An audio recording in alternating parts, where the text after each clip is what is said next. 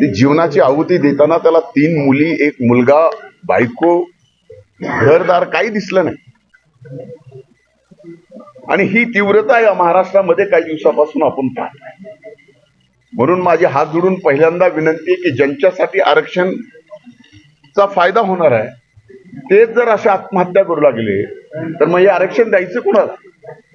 म्हणून कुणीही आताताईपणा करू नका.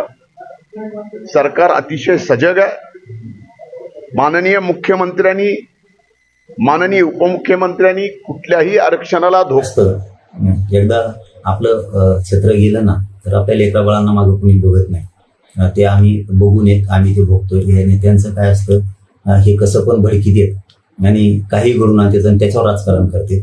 एकदा येते, भेटून जातात, पाठवण्यात फिरते, पुन्हा हे लोक दिसत नाहीत. आपलं कुटुंब उड्यावरती पडतं.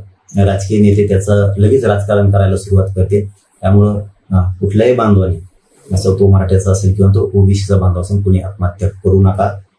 कारण दुःख हे कुटुंबाला झालेलं असतं. फक्त बाकीचं त्याचे प्युअर राजकारण करते त्याच्यावरती. आपण त्या गरीब बांधवांच्या कुटुंबाच्या दुःखात आम्ही सहभागी असतो. छगन भुजबळ, मंत्री पंकजा मुंडे, धनंजय मुंडे आज त्या ठिकाणी भेटायला लागणार. ते काय जाते यावर भुजबळ राजकारण करतो. ते कशावर करतो त्याच्यावरच. तो कशावर राजकारण करतो? लोकांचं लेकरोबाला गेलं आणि त्याचं कुटुंब किती उघड्यावर पडलं हे शिकाय देणे गेलं नसतं.